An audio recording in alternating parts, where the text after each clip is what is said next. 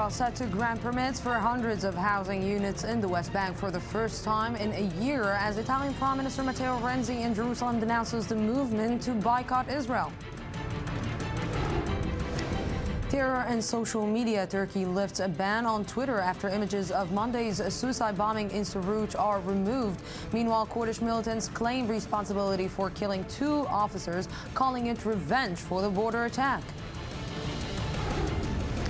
And Greek Prime Minister Alexis Tsipras faces his second major test in Parliament this week as lawmakers vote on reforms required to start talks on an €86 billion rescue plan.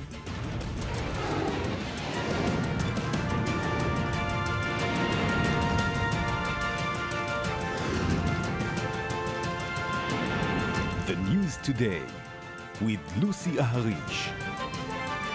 Good evening and welcome to the news today. The Israeli government is set to approve hundreds of housing units in the West Bank for the first time in a year. While in the background there are seemingly no prospects for peace talks on the horizon, it's likely to add fuel to the fire of the European push to label good products in the West Bank, just as an EU think tank is recommending those actions expand to Israeli banks. Before we discuss, correspondent Shaban Ari has the story.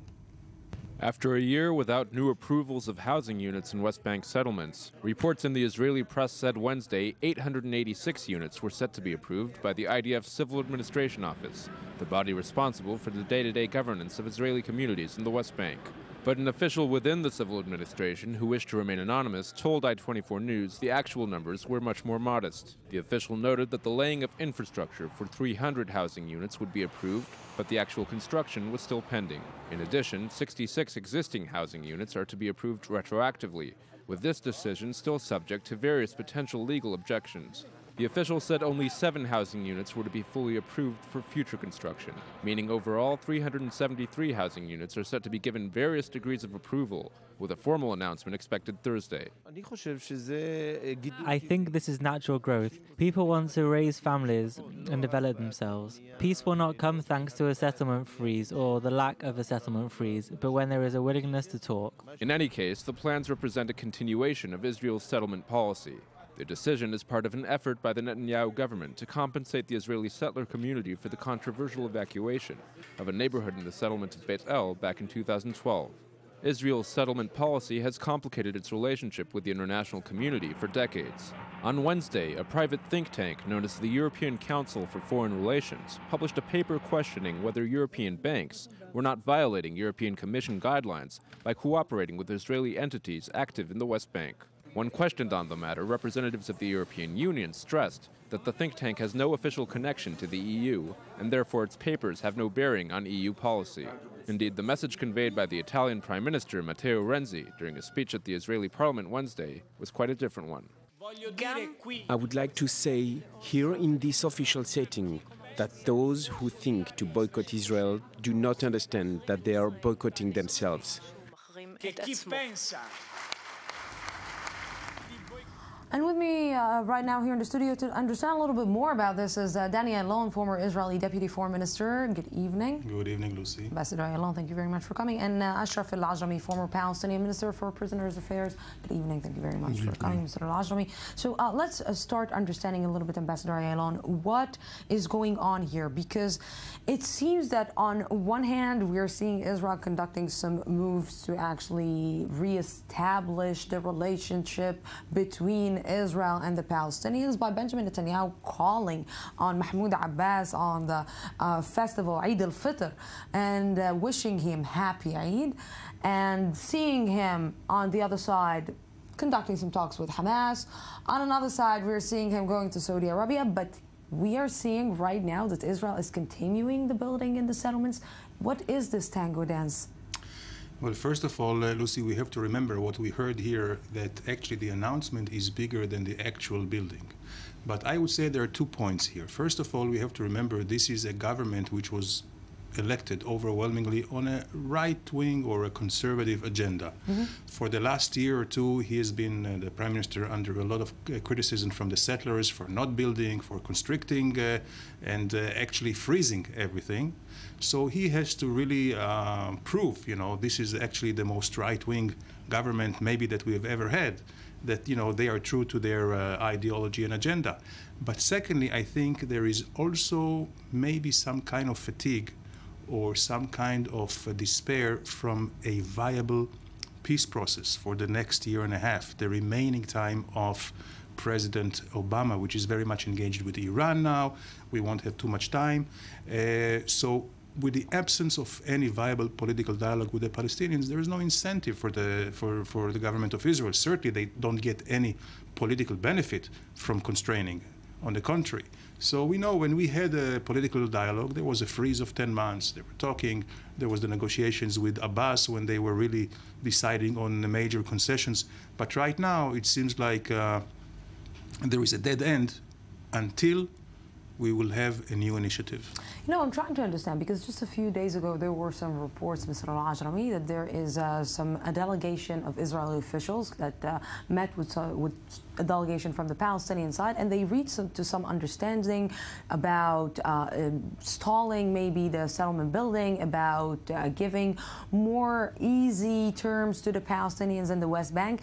So this is a what for you? This is another slap on the face to the Palestinians, or maybe this is something that the Palestinians already knew that the Prime Minister is going to announce, and they said, okay, this is only for the Israelis, so they can, that chose this government, so that they can stay silent? Unfortunately, the Israeli government doesn't want to have a two-state solution. This is the problem.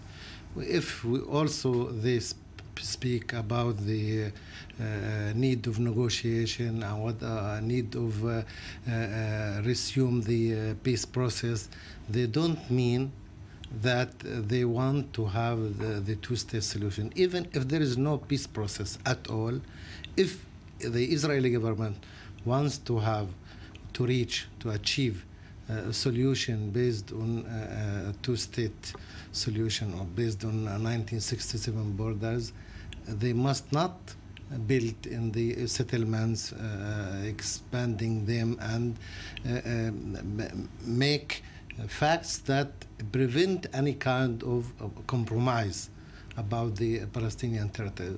So they, on one hand, they want to start a kind of negotiation, and even they start a kind of talks with Egypt to have an Egyptian role in this process. But and also they want to have a relationship with Saudi Arabia and the Gulf states. On one hand, we're seeing that the Palestinians already, for the last few months, they did some unilateral moves that Israel said, you know what, also the Palestinians don't want two-state solution. The Palestinians also don't want to find any solution. So why should we, even negotiate or take their concerns into considerations?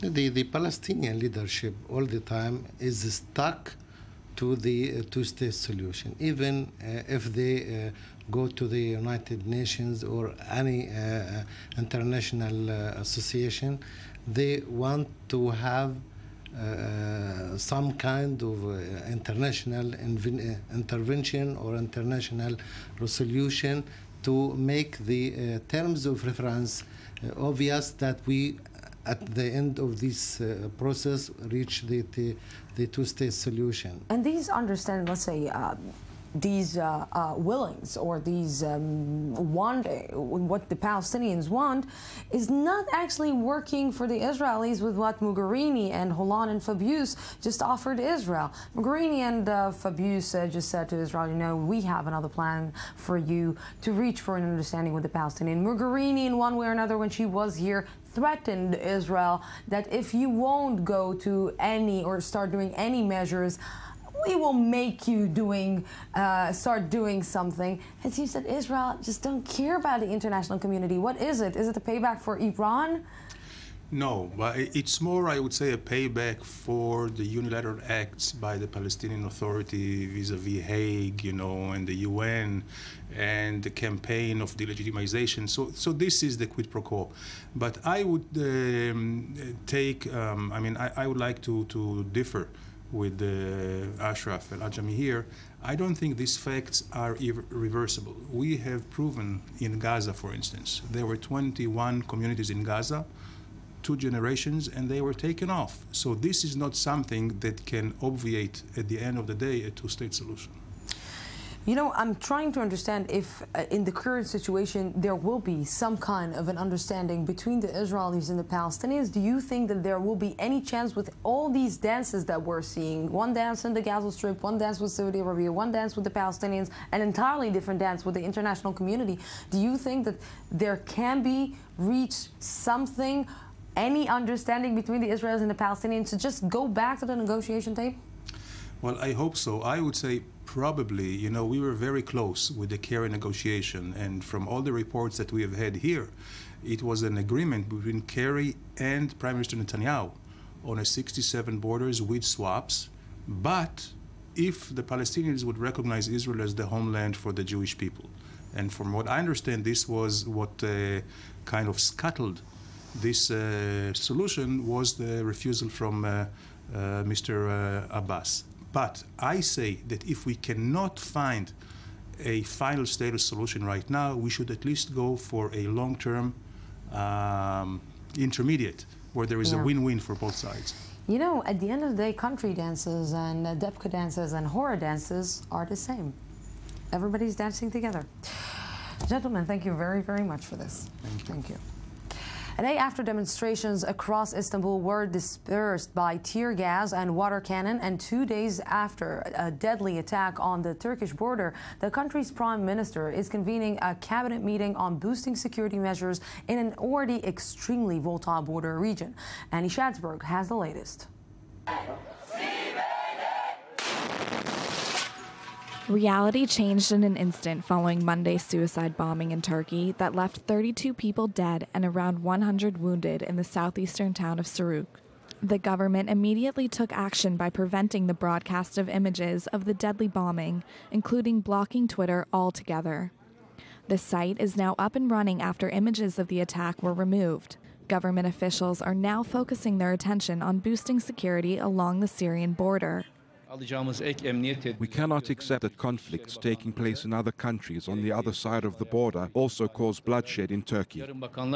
Prime Minister convened a cabinet meeting Wednesday to draft an additional security plan.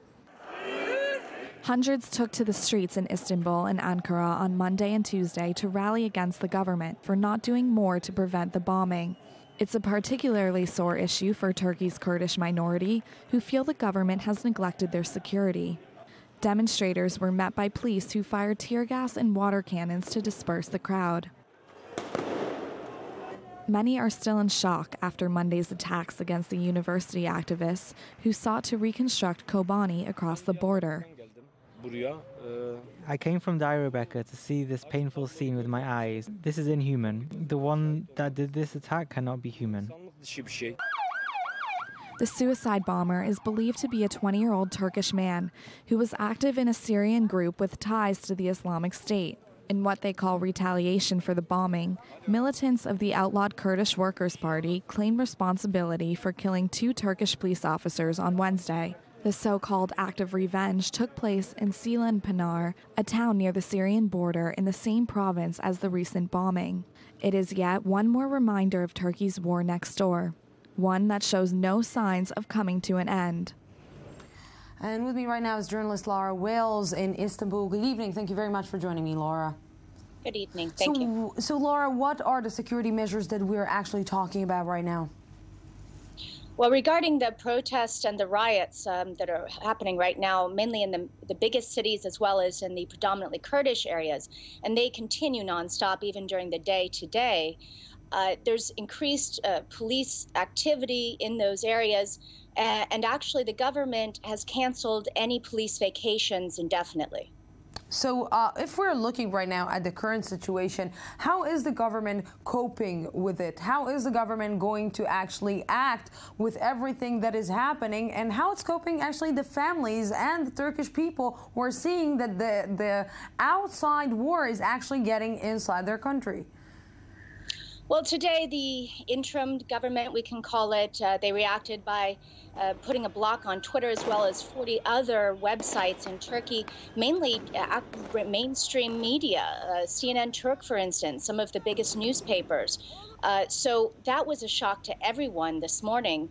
A few hours later, they did reinstate them. They removed the blocks. They had asked Twitter, for instance, as well as other sites, to take down over 50 different photos specifically of the Suruj massacre. That is just something this government has tried over and over. When there is a big story, when it is a tragic story, when it's considered bad news, they seem to take down, media, and they institute these media bans. Actually, right now there is a media-wide ban on reporting anything about the massacre in Suruj. So that's what they've been doing. Most people don't think that this is effective. That being said, the fact that PKK has now claimed responsibility for the killing of those 2 police officers in the same province as the Suruj massacre, this just continues to divide the country. Also, leaders are having a war of words. The Prime Minister today said that HDP, the pro-Kurdish party, has ties to terrorist groups. The HDP leader, he has actually denounced the killing of the 2 police officers. He said blood cannot be washed with blood. He said these are the children of the people. But that being said, there seems to be a rivalry brewing between PKK and the HDP. And if this continues, the riots, the protests, and the violence, this can only benefit 2 of the parties, which are AKP and the ultra-nationalist MHP, because they will come down hard on the Kurds, on the protesters.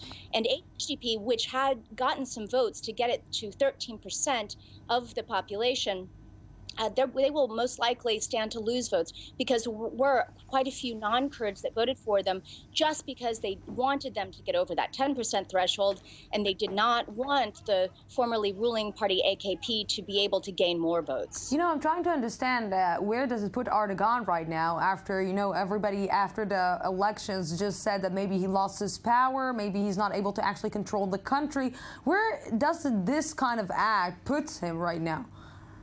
Actually, he's the man that only has power in the entire country at this point, because he still holds office. When I say interim government, we really don't know who is officially anything. The Prime Minister had to step down already, although he's acting as a Prime Minister.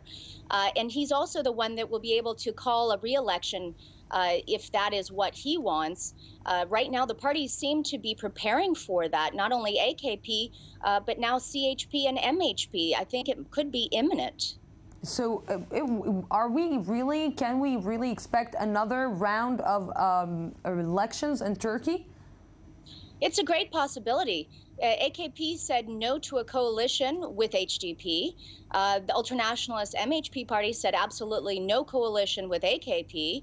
CHP is willing to work with AKP, and the opposition will not unite because the ultranationalist group MHP despises and refuses to even acknowledge the presence in parliament of HDP. And of course, the Kurds, the last thing that they want is to go to another round of elections, especially after this event.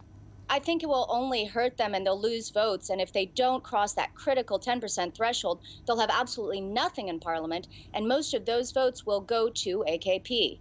That could push AKP over the needed percentage of parliament then to push their super presidency, which is exactly what Erdogan wants. Yes, Laura Wales, thank you very, very much for this.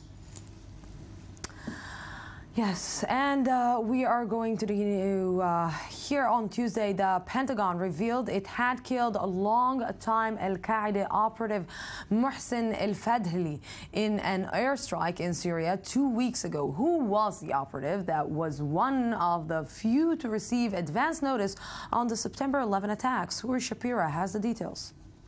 Long-time Al-Qaeda operative Mohsen al-Fadhili was killed during a U.S. airstrike 2 weeks ago in the city of Sarmara, near the Turkish border, the Pentagon has announced. He was considered a main figure in the Khorasan Group, a network of senior Al-Qaeda veterans active in Syria and working to recruit European and American citizens to the Al-Qaeda cause. Al-Fadhili was also senior facilitator close to former Al-Qaeda leader Osama bin Laden.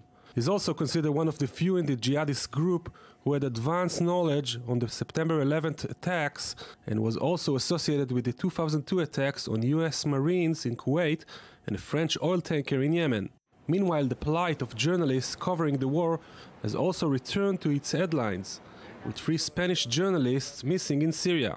The Foreign Ministry and the CNI, our information service, are working on it, because what we want to do is bring them back home safely, sooner rather than later. And for that, discretion is the rule. Antonio Pampiliega, Jose Manuel Lopez, and Angel Sastre disappeared on July 12 after entering the embattled city of Aleppo. It is still uncertain what happened to the three, but after a series of high-profile, gruesome killings of journalists by the Islamic State group, there is plenty of room for concern over their fate. After Israel and Jordan, U.S. Secretary of Defense Ashton Carter is in Jeddah, Saudi Arabia, where leaders are seeking assurances that the U.S. stands against so-called Iranian interference in the Middle East. Gulf states share Israel's concerns that Iran could still develop an atomic weapon and that the deal will embolden Iran in the many conflicts it's involved in across the region. On the same day, one of Iran's deputy foreign ministers said Tehran would not accept any extension of sanctions beyond 10 years. And with me right now here in the studio to understand these, let's say, mixed messages or really clear one, Iranian politics analyst, Mayor Javid Nafar. Good evening. Good evening, Lucy. So, what, Iran is already threatening before it's signed, before the 10 years started? Well, according to the deal is for 10 years, but then for 5 years, there's a 5 years extension where the snapback would apply.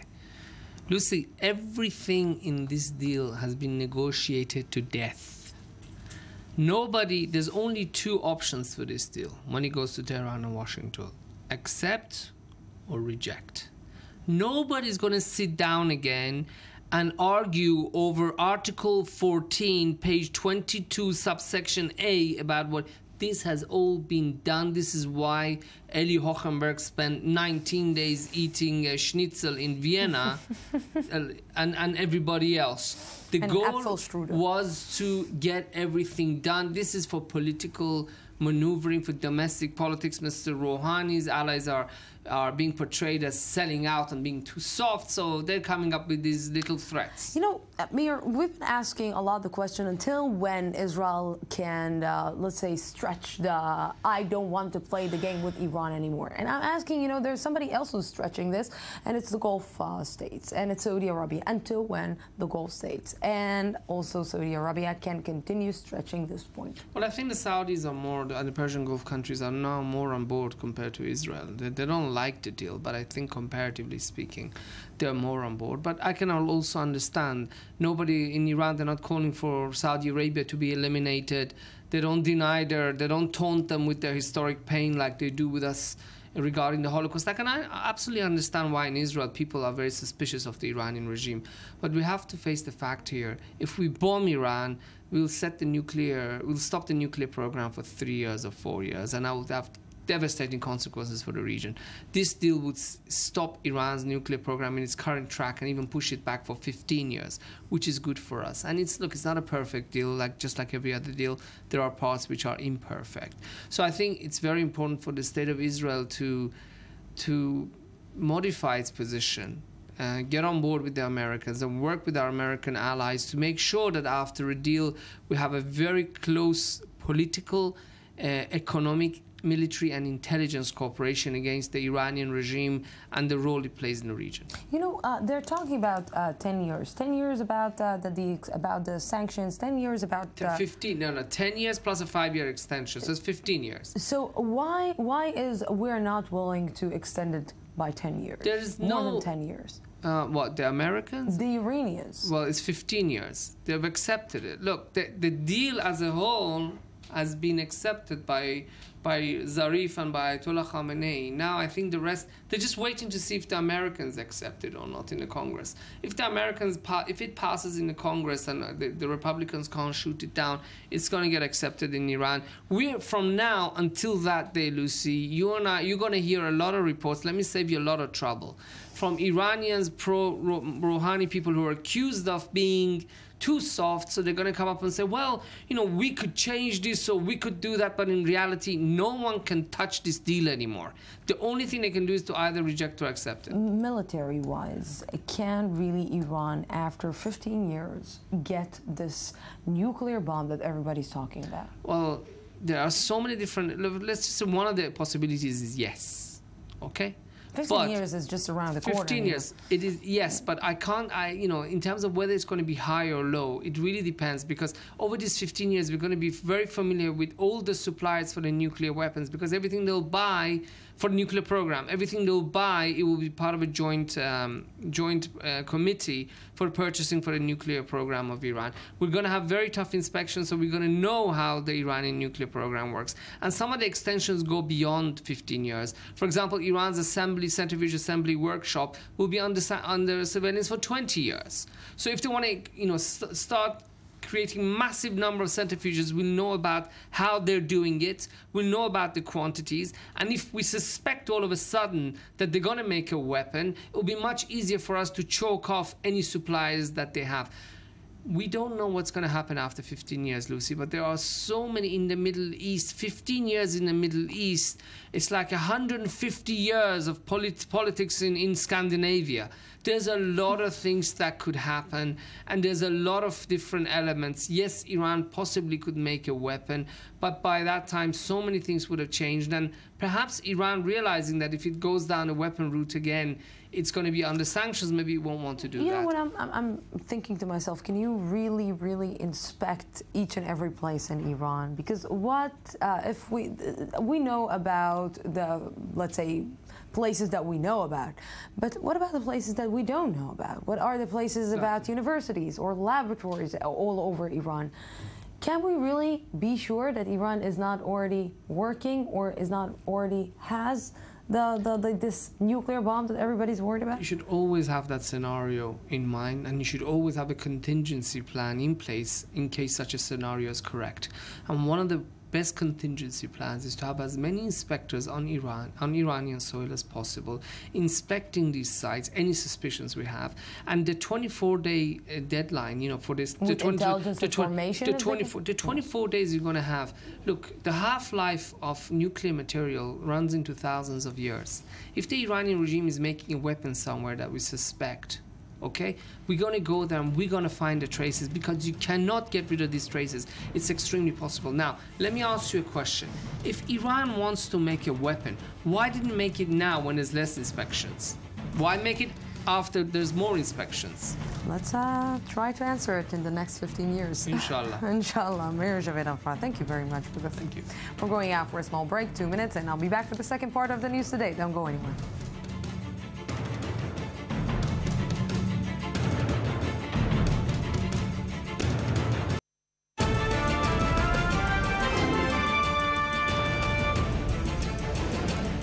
Israel is set to grant permits for hundreds of housing units in the West Bank for the first time in a year, as Italian Prime Minister Matteo Renzi in Jerusalem denounces the movement to boycott Israel.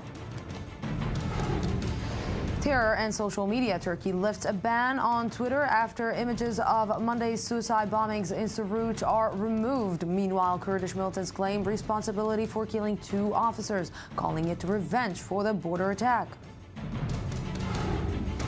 And Greek Prime Minister Alexis Tsipras faces his second major test in Parliament this week as lawmakers vote on reforms required to start talks on an €86 billion rescue plan.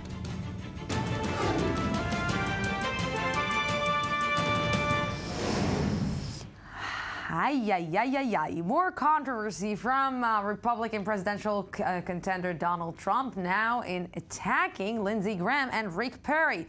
What should we expect more from this guy? More from Charles Biblizer. Donald Trump is not backing down. For this Republican presidential candidate, no subject nor individual is seemingly beyond the pale. On Tuesday, Trump was at it again, in no less than Bluffton, South Carolina, launching a scathing attack on Lindsey Graham, going so far as to reveal the long-standing Republican senator's cell phone number to a crowd. Then I watched this idiot Lindsey Graham on television today, and he calls me a jackass. He's a jackass. I don't know if it's the right number. Let's try it. 202. That's what I was saying. The statements come on the heels of Trump's widely publicized questioning of John McCain's war hero status, which prompted widespread condemnation from within the Republican Party itself. I support initiatives by the respective chairman of the Senate and House Armed Services Committees, John McCain a real hero, by the way. Trump is likewise not immune to criticism, his firebrand style acting as fodder for media personalities. And you know what else, if I may, just a moment, and cancer survivors too. Let me tell you something. No, hey, let me just say this. No, please, I like people who don't get cancer. Let me tell you something. Despite stirring controversy wherever he goes, or perhaps as a result of it, Trump continues to soar in the polls.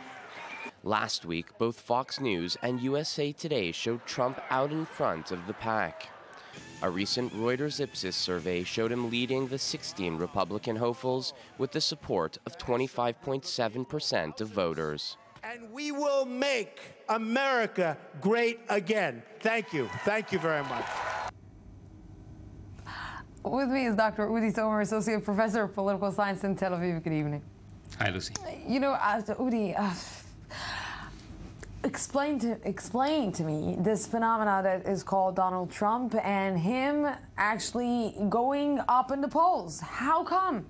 Well, there's a lot of range in the extreme right of the Republican Party against the Republican establishment, and I think Trump is able to capitalize on this rage. He's able to read the thoughts and the feelings and the sense of this constituency, and this is the kind of support that he's getting. Of course, the big question is whether this is going to last long, even within the primary season of the Republicans, and beyond that, whether he's electable in the general elections. You know, how much this kind of behavior of this, you know, we're in the hood behavior is going to affect the Republicans in the presidential race? Well, I think, you know, there's a pattern of discovery. When a new candidate enters the fray, right? There's discovery, then scrutiny, and then usually decline.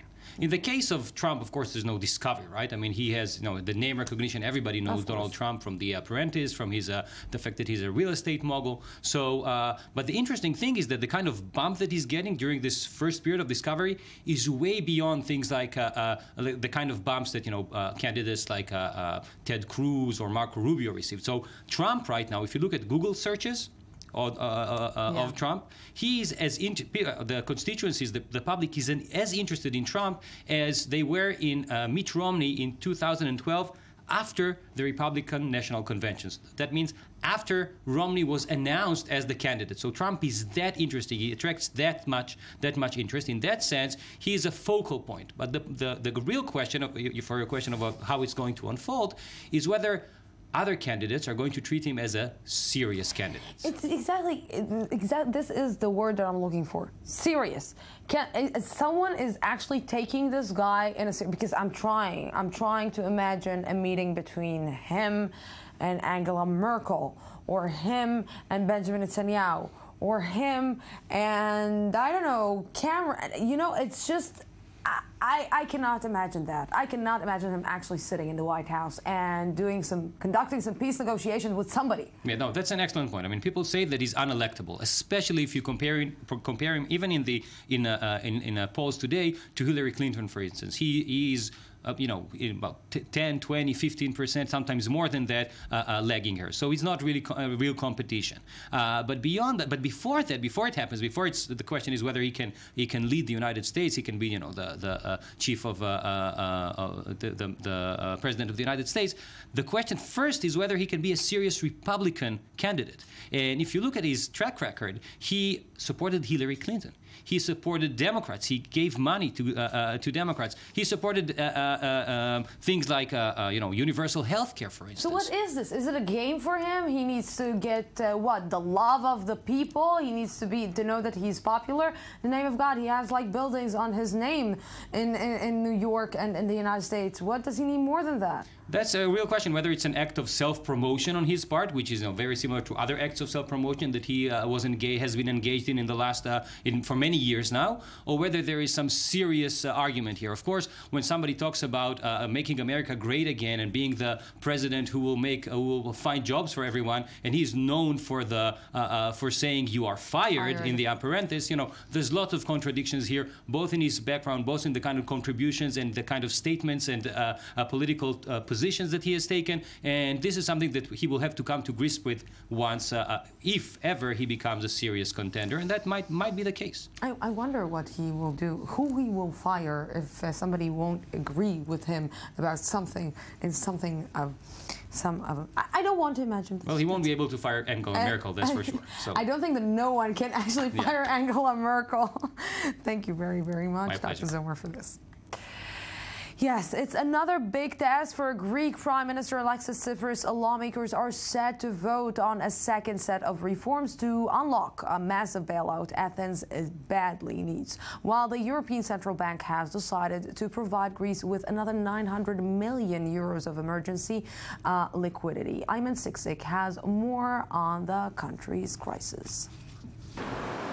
Less than 1 week after another last-minute parliamentary vote, Greek lawmakers are convening again Wednesday to cast their vote on economic reforms to appease the country's international creditors. The Prime Minister Alexis Tsipras has met with opposition from all sides of parliament on the terms of the European bailout deal.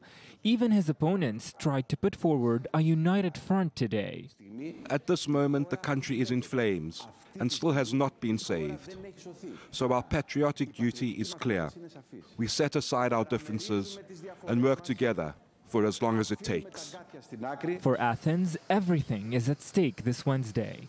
Failure to pass the measures could set the country back on track to financial disaster, as representatives of the 19-member Eurozone wait for Greece's future in the Union to be determined. Angst is palpable in Greece across all ranks of civil service. The truth is that we need to be patient. The people got really scared of a possible exit from the Eurozone. This is something that has shocked everyone. Even now you can see that the people are wary. But the new austerity measures have so far been met with trepidation and anger, especially among Greece's population of pensioners, who have suffered under the new limitations on money withdrawals. And in the ranks of the government, 2 high-profile resignations in the Syriza party have echoed the popular sense of resentment toward the deal. If this feeling of anger makes its way to the parliament on Wednesday too, it will likely be Prime Minister Alexis Tsipras, whose future as a leader in Athens will be on the line. Yes, we're still in the same zone. Apple shares fell 5% at the start of trading on Wednesday. With more insight on this, Side 24 News Economy Magazine, Natalie Ehrlich, good evening. Hello. So, they sold 35% more iPhones, but still it fell. How come? Right, that is actually really shocking here. You wouldn't expect that, but what we've seen here with Apple, they've consistently blown past analyst estimates on Wall Street, and what we've seen here was some analysts did expect something much higher here. So that's why we're seeing the slump of 7% yesterday with a market cap loss of $60 billion. This is not pocket change. So this is what's causing the alarm and all the headlines that we've been seeing in the papers today. Why is it so significant? Well, look, Apple is a major player in the U.S. markets. It has the highest stock price in the Dow. It also has the highest market cap in the S&P 500 and NASDAQ. So any huge market swings that we're seeing here with Apple is going to impact a lot of other stocks in the U.S. markets. So if we're looking right now, it's not actually a big loss for Apple. It's like we're saying, okay, they lost a little bit, but it's not a big loss for them.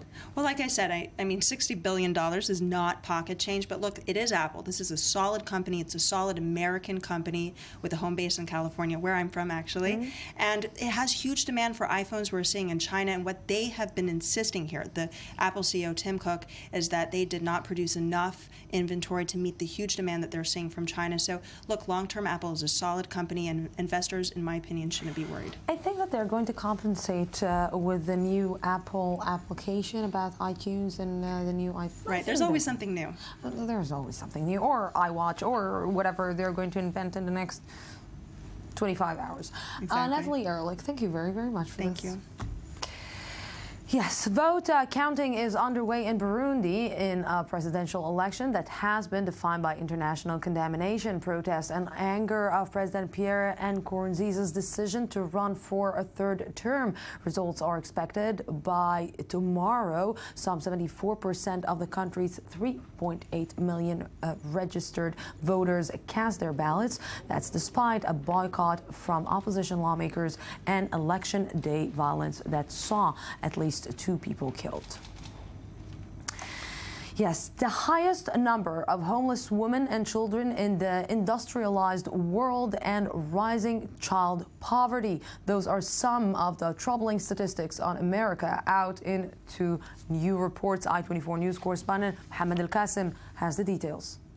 When you think of homeless women and children, you don't think about the richest country in the world. As 2 troubling reports out recently on child poverty and homelessness in America, the U.S. is leading the industrial world in this category. The first, an alarming study conducted by the Department of Housing and Urban Development and Vanderbilt University. It looks at 12 different communities throughout the U.S. that involves 2,300 homeless families. While cost of living is going up, coupled with insufficient affordable housing, financial help for many of these homeless families is at a standstill in Washington, thanks in part to the usual squabble among politicians over funding and how to best use federal dollars. The second report, out from the Annie E. Foundation, shows 1 in 5 American kids living in poverty, about 16 million children, most living in families making less than $24,000 a year. The news is even grimmer for Hispanic and African American children, where more than 1 in 3 live in poverty. According to the report, the number of children living in poverty has been persistently increasing since 2000, and since the Great Depression of 2008, the number of kids living under poverty increased by 3 million. And that can put these struggling kids in a difficult position. Most attend school hungry and worried about how things are at home. Minnesota came in at the top of the list of states best for children, while Mississippi was at the tail end of the list. Despite focusing on domestic issues, the Obama administration announced in 2010 a plan to end homelessness among children, youth, and families by 2020. But the plan stalled. President Obama succeeded in passing his health care reforms, but for these homeless women and children, housing reforms would have been all they needed.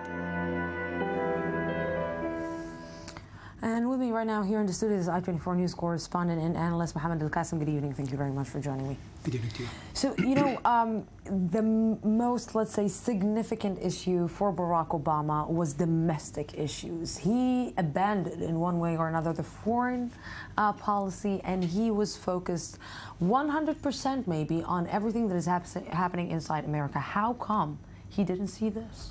Well, President Obama, when he came in 2008, put all his eggs in one basket. He focused on the health care issue. Healthcare reforms was his top priority in 2008. Spent a lot of energy, spent a lot of time on it, not realizing that there are other domestic issues that he should tackle, such as homelessness. These 2 reports are huge news now, and it's really embarrassing to the American government, where it's the leading industrial government in the world, or nation in the world, and it has more women and children, homeless people, and more children in poverty than any other leading industrial nation in the world. You know, I'm trying to understand where is it coming from, because I'm just remembering a video that I saw about a homeless guy, someone who disguised as a homeless guy, and he tried to ask for help in freezing cold, and nobody helped him. The only person who helped him was another homeless guy. I'm trying to understand how come the United States got to this situation. Is it the education? Is it the, let's say, capitalization that we're looking at? What is it? Is it because we're looking only at ourselves? Well, it's the economy. At the end, as they say, it's the economy, where the economy got better in the last few years, but since 2008, when we had the Great Depression, things got really worse. I was living in New York at the time, and I saw the streets, subways, everywhere you looked, it was obvious, where you see homeless people sleeping everywhere. People didn't think that they would really need long lines in front of missions and churches and other places where people were looking for something to eat. The economy since 2008 hit rock bottom in the U.S., and that led to more people not having regular income, and they were basically evicted from their homes and didn't have enough food to feed their families. You just pointed again that you lived in the United States, and you know, could you say that in the United States the healthcare or welfare care or welfare organizations are actually able to take care of this major problem? Because if one out of 3 kids is poor, it's an enormous number. It is an enormous number, and unfortunately for us Americans, this issue is politicized. It's an issue that people in Washington keeps bickering about. Rather than putting people's interests first, they put their own interests first. Republicans want to cut all welfare system or programs, where the Democrats, they try hard to at least help those in need. Mohammed Al-Qasim, thank you very, very much for this. This may be going to be one of the big issues in the presidential race. Who knows? It is. Thank you very much. Croatian film producer and Holocaust survivor Branko Lustig won the 1994 Oscar for his producing of the iconic Schindler's List alongside Steven Spielberg. He talked to our culture correspondent Shahal Pella today about his decision to donate his award to the Yad Vashem Museum. Producing an Academy Award winner for Best Picture is a challenge many filmmakers aspire to, but passing the coveted statuette over to others is an effort in its own right. You know that Yad Vashem has 1 million people a year. Where they can be seen better than here? And the Oscar for the Best Picture of 1993 goes to Schindler's List. Steven Spielberg, Gerald Molen, and Branko Lustig producing. My number was A3317. I'm a Holocaust survivor. It's a long way from Auschwitz to this stage. My Oscar Schindler, Steven Spielberg. And here, he, for me, is like Oscar Schindler for this Krakow poor people. In the name of the 6 million Jews killed in the Shoah and other Nazi victims, I want to thank everyone who acknowledged this movie. Thank you. Based in Croatia and Hollywood, the 83-year-old Oscar-winning producer Branko Lustig, who as a boy survived the Nazi camps of Auschwitz and Bergen-Belsen, presented his prize for Schindler's List to the Yad Vashem Holocaust Museum in Jerusalem for safekeeping. In a ceremony attended by the Croatian president, Lustig also met with one of the 1,200 Jewish people saved by Oskar Schindler, who Yad Vashem acknowledged as one of the righteous among the nations. I was 18 years old when Oskar Schindler saved my life. Oskar Schindler paid the Germans money so they would let him take us. Otherwise, we would all have been dead. In recent years, Lustig has reflected on his own personal history, and in 2011 returned to Auschwitz, this time to take part in a ceremony he was deprived of decades earlier, his bar mitzvah. Bar mitzvah is a matter of tradition. And I was thinking, with tradition, I cannot die without bar mitzvah. Schindler's List has become a benchmark for Holocaust features. Being present on set was an emotional experience for Lustig, but also a refreshing one when he briefly stepped into the shoes of Martin, the maître d'. Martin? Yes, sir. Who is that man? That's Oskar Schindler. From his new location at the Yad Vashem Visual Center, the Oscar will continue to convey the message of the other Oscar: never again. Never again. 4 years ago, Anders Behring Breivik shocked the world by massacring 75 people in Norway in 2 sequential lone wolf attacks that targeted the government, civilians, and a youth summer camp. Now, the jailed mass murderer has launched a legal action accusing the Norwegian state of violating his human rights. And meanwhile, a planned exhibition about the killings is angering Norwegians who are still in mourning. Some are calling it a planned Hall of Fame for the mass murderer. Yes. And right now with me on another subject is the host of the I24 News Focus magazine, Tal Heinrich, joining me. Hello, hello. Hello, back in Israel. Back in Israel? You were in Macedonia. Yes. Why? Lucy, this week we decided to bring our viewers an even closer focus than on regular times. So we traveled to Macedonia to two major cities, the capital, Skopje, and Ohrid, which is the 8th largest city there, known as Jerusalem of the Balkans. Jerusalem of the Balkans. Yes, it has 365 churches, basically a church for every day of the week, of the year. Yeah, exactly. So we decided to put the focus on Macedonia in light of a recent political crisis that has been ongoing there. They call it the wiretapping scandal. You and I can call it the Watergate scandal of Macedonia. Basically, the leader of the main opposition party there is accusing the government of an illegal surveillance program over a 4-year period in which over 20,000 people were wiretapped, among them also 200 journalists, and this is one percentage of the population because Macedonia only has 2 million people. So we spoke to the Foreign Affairs Minister, Mr. Nikola Popovski, while we were there, and he gave us some answers. Let's see. Thank you so much, sir, for being with us today.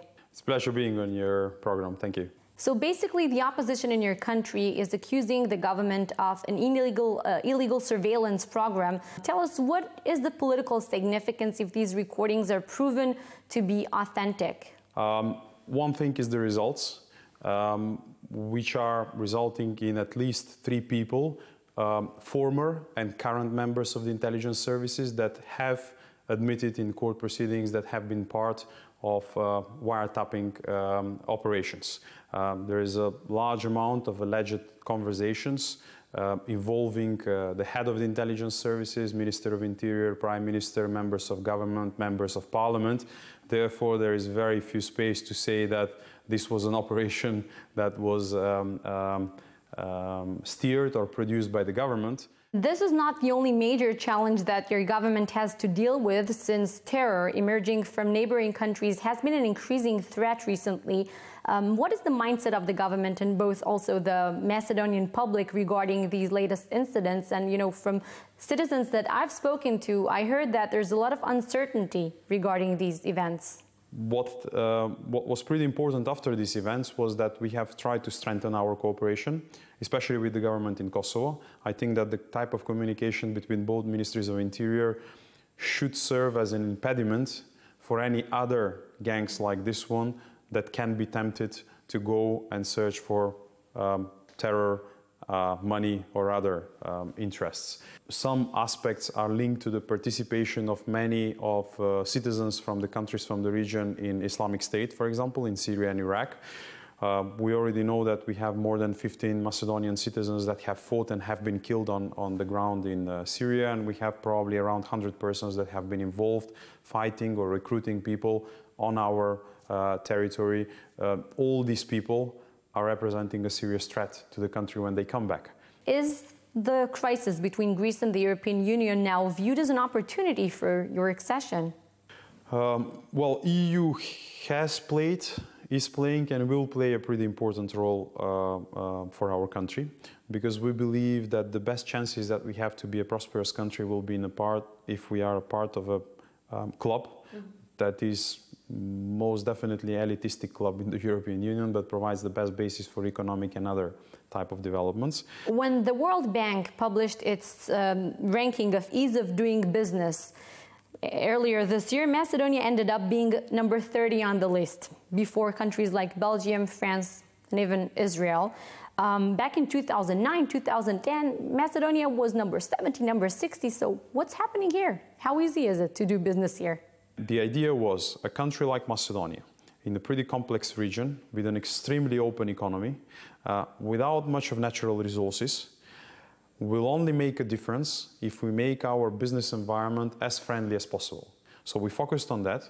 We tried to listen to the voices of different businesses, what they were expecting from the government to do. This is how we climbed at the 30th position. It paid back, because in the last several years, we have a number of multinational companies that are deciding to step into Macedonia.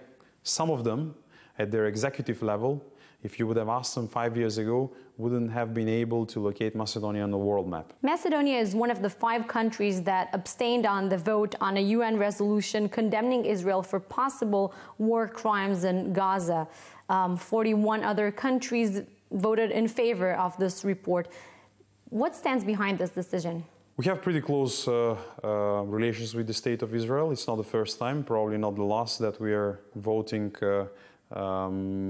keeping in mind the convictions and the interests of State of Israel on one side. On the other side, we would not like to see a situation where any kind of reports or any kind of situations on the ground might be misused in order to create asymmetric solutions, which is never going to be good. Mr. Popovsky, thank you so much for this. It is a pleasure. Thank you very much.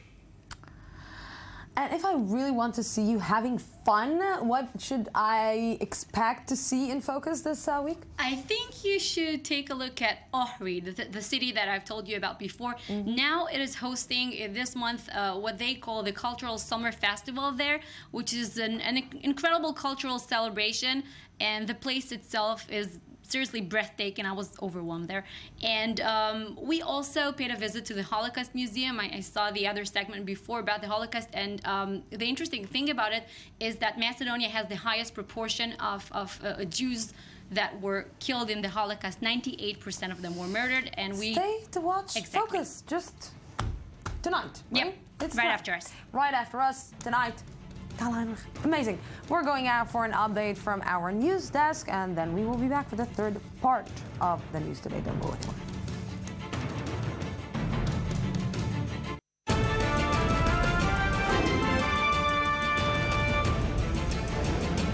Welcome back to the news today. What may be the oldest and the world's oldest fragments of the Quran have been found by the University of Birmingham.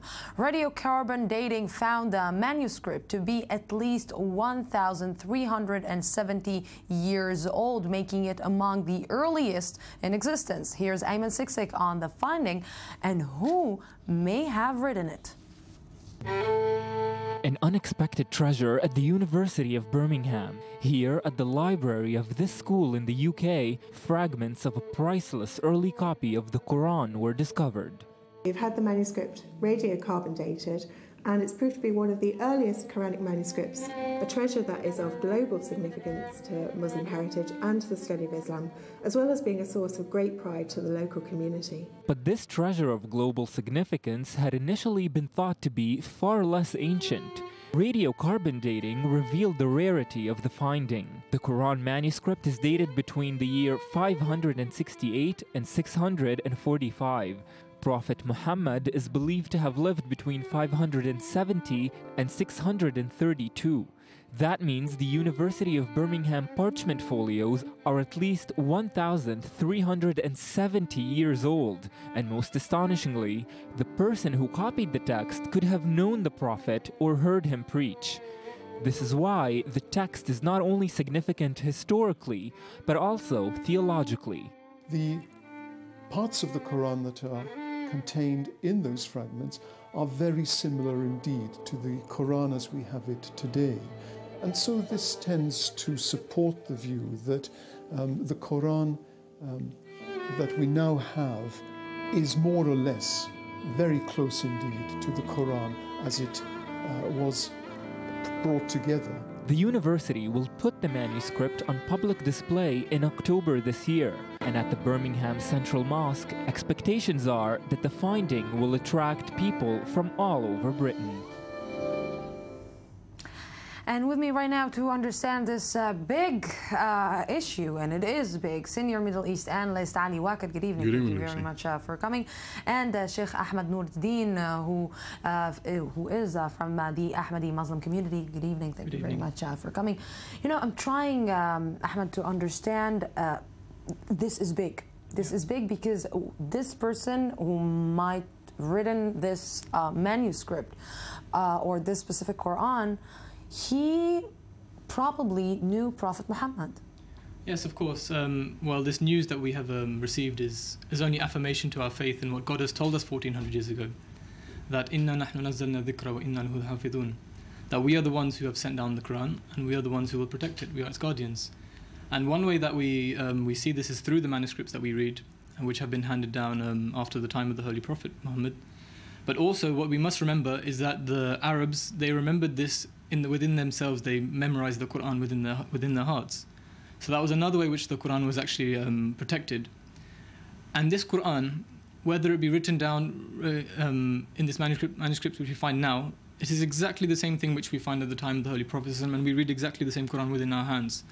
And it is the Quran which teaches us love, which teaches us peace, and which teaches us that we should call onto the way of the Lord with wisdom and with goodly exhortation. And the Holy Prophet Muhammad sallallahu alaihi wasallam, we believe he was the embodiment of this holy book. So when we look into his life, we also see exactly what the Quran is telling us. And we see when he calls to his Lord, what does he say? He says, "O Lord, these people do not believe." But does his God teach him to fight? No. He teaches them that you should say salam and forgive them, because in the end they will know. You know, we're hearing these beautiful words coming from Ahmed Nuruddin, and you know, I'm looking at what is happening right now in the world, Ali, and I'm looking at how people translated it, and how people are taking the Quran and just taking it to a different direction. This finding, can we say that it can affect or maybe give like ISIS or terror organizations who are using the religions, another reason to say that they're right?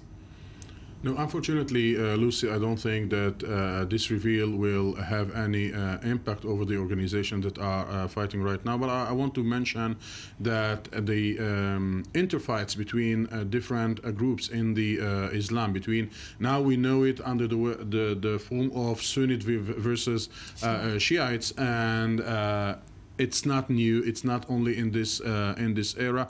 The moment the Prophet was dead, the interfights started. It started first to be a political fights, and then physical fights that ended by the killing of the grandsons of the Prophet. So I don't believe that any reveal of any kind will have any impact. Unfortunately, the different streams within Islam is something that started from day one after the death of Prophet Muhammad. The problem is with the Muslim different political forces, and I call them political forces, is that the differences between them are solved by the sword and not by the dialogue.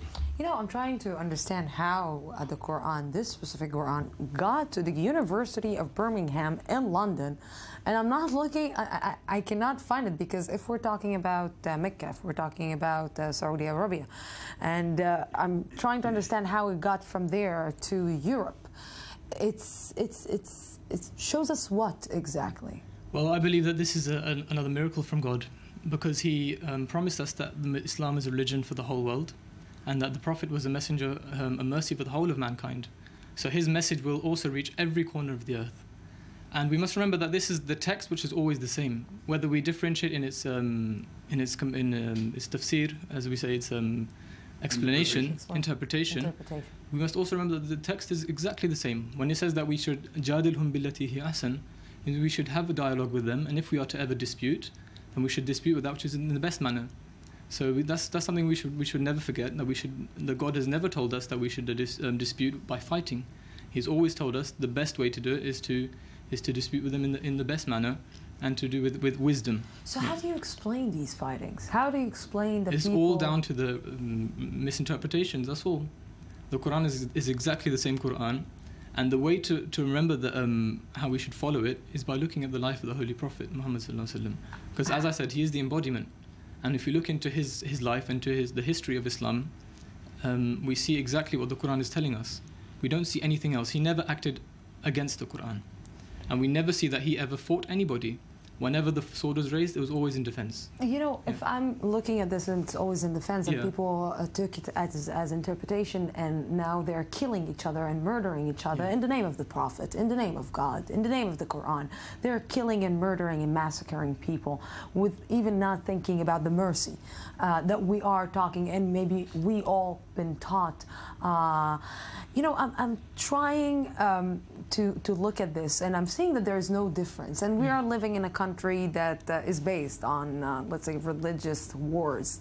How do you explain to Jewish people who are coming and saying that in the Quran you are seeing that the Prophet ordered to kill the Jews? No, you cannot explain, Lucy. Unfortunately, I think that this is a war that we already lost, because you can do every effort, but one video of the Islamic State published on YouTube or in TV will have much more impact over the way how people see Islam and see Muslims in the world. They will see that Lucy and Sheikh Ahmad are not representing the Islam, and that the Islamic State are those who are ruling and are those who are dictating the order of the day for the Muslim community. We live in a world of medias, and we know that media tend to go to the extremes, and today the extremes are represented by the Islamic State. I think that it is a question, and we talked very often on this issue, it is a question of education, and education should start from very early to understand that even if we take the same text and we interpret it in a very different way, or we explain it in a different way, it doesn't mean that we should fight over our differences, and we should dialogue. And one of the problem of the Oriental and mainly Islamic community is the lack of tolerance to the opinion of other, to a third opinion, and immediately you are defined as infidel. Immediately you are defined as somebody who goes against the Prophet rules. And we see, as you mentioned, that people are slaughtering other people, are slaughtering other Muslims. Okay, yes, exactly. Other Sunnite Muslims on the name of the Prophet, while the Prophet said that if you kill one person, you almost killed all humanity. How come we're not hearing more voices like you? How come our voices, the voices of Islam that want peace and understanding, are not being heard enough? Well, this is down to the media. The media tends to choose the hot topics. And we know that, fighting and all this, they sell papers. But, that doesn't mean that Islam is dead as a religion. There's always communities in Islam who tolerate, who preach tolerance and peace and love for one another. And whenever there is war, then what does the Quran tell us? It tells us that if they incline towards peace, then you should also incline towards peace. So if ever you are victorious, you should not, force them to do anything. La ikraha fid din. There's no compulsion in religion. With these beautiful words, gentlemen, thank you very, very much. And thank you very much. We need to raise our voices much higher, even if we're working here in the media. Thank you very much for this. And to 007. 007 is back. James Bond will be in cinemas this fall with the film Spectre. Magnificent, isn't she? 0 to 60 in 3.2 seconds. A few little tricks up her sleeve. Do one more thing for me. What do you have in mind? Make me disappear.